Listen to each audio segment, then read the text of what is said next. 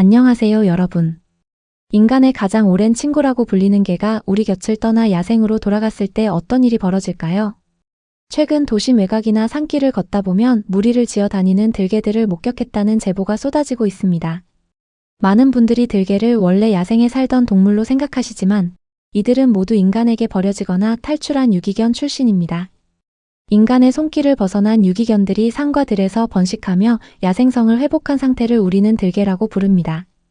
이 들개들이 무리를 짓기 시작하면서 지금 우리 사회는 물론 전 세계가 커다란 환경적, 경제적 재앙에 직면해 있습니다. 가장 먼저 눈에 띄는 피해는 바로 농가들이 입고 있는 극심한 경제적 타격입니다. 도심 외곽이나 농촌 지역의 농민들은 매일 밤낮으로 들개 무리의 습격에 가슴을 졸이고 있습니다.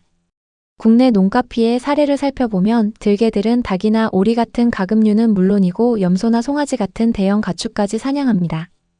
여기서 가장 치명적인 점은 들개들이 배가 고파서 가축을 잡아먹는 것이 아니라는 사실입니다. 야생성을 회복한 들개들은 무리의 우두머리를 중심으로 사냥 본능을 충족하기 위해 가축들을 무차별적으로 공격합니다. 한번 들개 무리가 닭장이나 축사를 덮치면 수십 마리에서 수백 마리의 가축이 한꺼번에 사체로 발견되곤 합니다. 이로 인해 평생을 일궈온 농민들의 생계가 단 하룻밤 사이에 무너지는 비극이 반복되고 있습니다. 그뿐만 아니라 들개들은 먹이를 찾거나 이동하는 과정에서 농가 시설물을 파괴하기도 합니다. 겨울철 농가의 소중한 자산인 비닐하우스를 찢고 들어가거나 밭에 심어놓은 농작물을 헤집어 놓아 한 해의 농사를 망치기 일쑤입니다. 지자체마다 피해 보상 제도를 마련하고는 있지만 까다로운 절차와 한정된 예산 때문에 농민들의 눈물을 닦아주기에는 턱없이 부족합니다. 이처럼 들개 문제는 단순한 동물의 일탈이 아니라 농촌 경제를 위협하는 실질적인 재산 피해로 이어지고 있습니다. 시선을 넓혀 자연 생태계로 들어가 보면 들개가 미치는 악영향은 더욱 파괴적입니다. 세계자연보전연맹의 보고서에 따르면 들개는 고양이, 쥐와 함께 야생 생태계를 가장 심하게 파괴하는 3대 외래 포식자로 등극했습니다. 원래 우리나라의 자연 생태계에는 호랑이나 표범 같은 대형 맹수가 사라진 지 오래되었습니다. 그 공백을 메우며 최상위 포식자로 군림하게 된 것이 바로 인간이 버린 들개들입니다. 들개들은 숲속을 다니며 고라니, 노루, 너구리, 토끼 등 토종 야생동물들을 가리지 않고 사냥합니다. 특히 무리를 지어 조직적으로 사냥하기 때문에 덩치가 큰 고라니조차 들개 무리의 적수가 되지 못합니다. 도심 근처 산림에 서식하는 소형 포유류나 조류들은 들개의 등장으로 인해 개체수가 급격히 감소하고 있습니다. 이는 자연스러운 먹이사슬의 흐름이 아니라 인간이 만들어낸 인위적인 생태계 교란입니다. 자연 생태계의 균형이 깨지면 그 여파는 결국 고스란히 인간에게 돌아오게 됩니다. 그렇다면 이러한 들개 피해가 과연 우리나라만의 특수한 상황일까요? 결론부터 말씀드리면 전 세계는 지금 한국보다 훨씬 더 거대하고 혹독한 들개와의 전쟁을 치르고 있습니다. 세계보건기구의 통계에 따르면 현재 전 세계를 떠돌고 있는 야생화된 개들의 수는 약 2억 마리가 넘는 것으로 추정됩니다. 대륙을 막론하고 수많은 국가가 이 들개 무리로 인해 생태계 붕괴와 경제적 손실을 겪고 있습니다. 대표적인 예로 호주를 들 수 있습니다.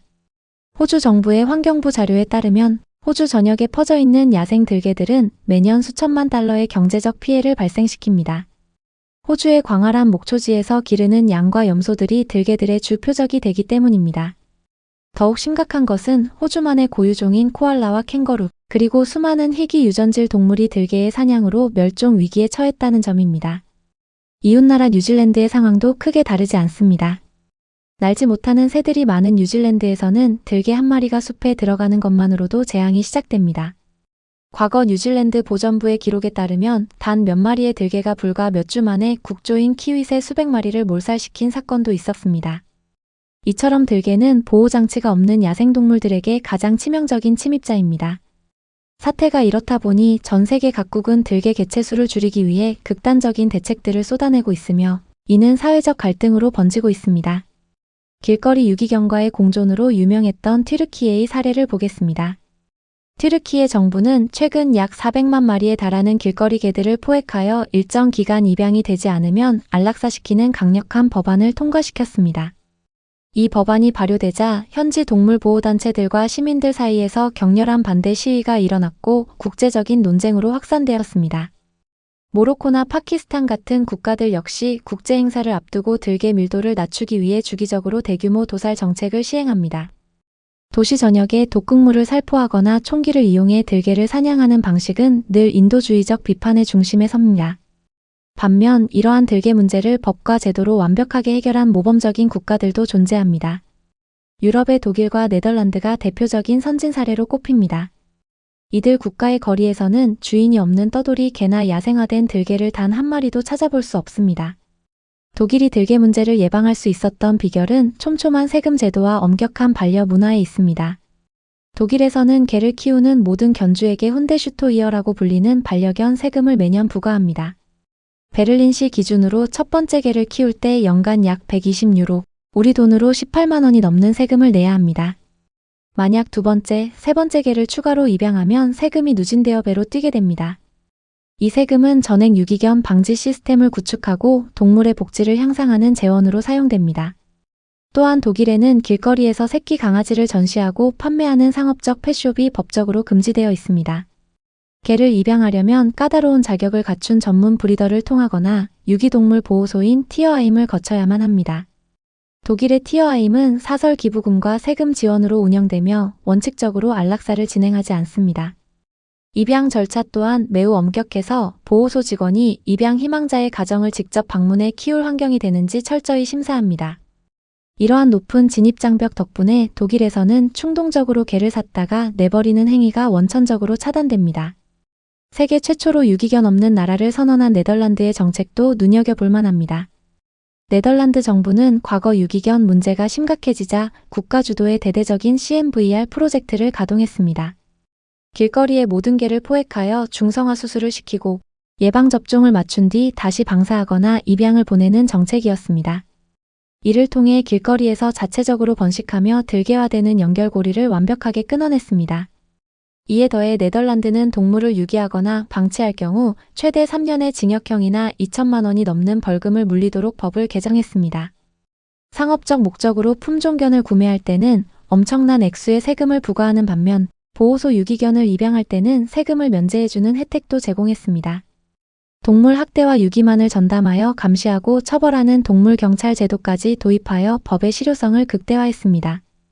이처럼 선진국들이 막대한 예산과 제도를 투입하는 이유는 들개 문제가 결국 인간의 무책임에서 비롯된다는 것을 잘 알고 있기 때문입니다. 다시 우리나라의 현실로 돌아와 보겠습니다. 우리나라는 매년 10만 마리가 넘는 유기견이 발생하고 있으며 이들 중 일부가 산으로 들어가 들개가 되고 있습니다. 지자체마다 포획틀을 설치하고 전문 포획단을 운영하며 들개 소탕에 나서고 있지만 이는 사후약 방문에 불과합니다. 산에서 태어나 자란 들개 2세대들은 인간에 대한 경계심이 극에 달해 포획틀 근처에는 가지도 않을 만큼 영악합니다.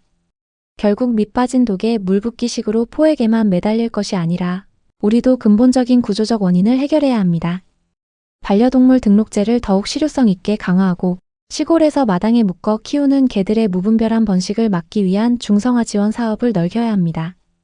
동물을 유기했을 때 가해지는 법적 처벌의 수위도 지금보다 훨씬 더 무겁게 높여야 할 것입니다.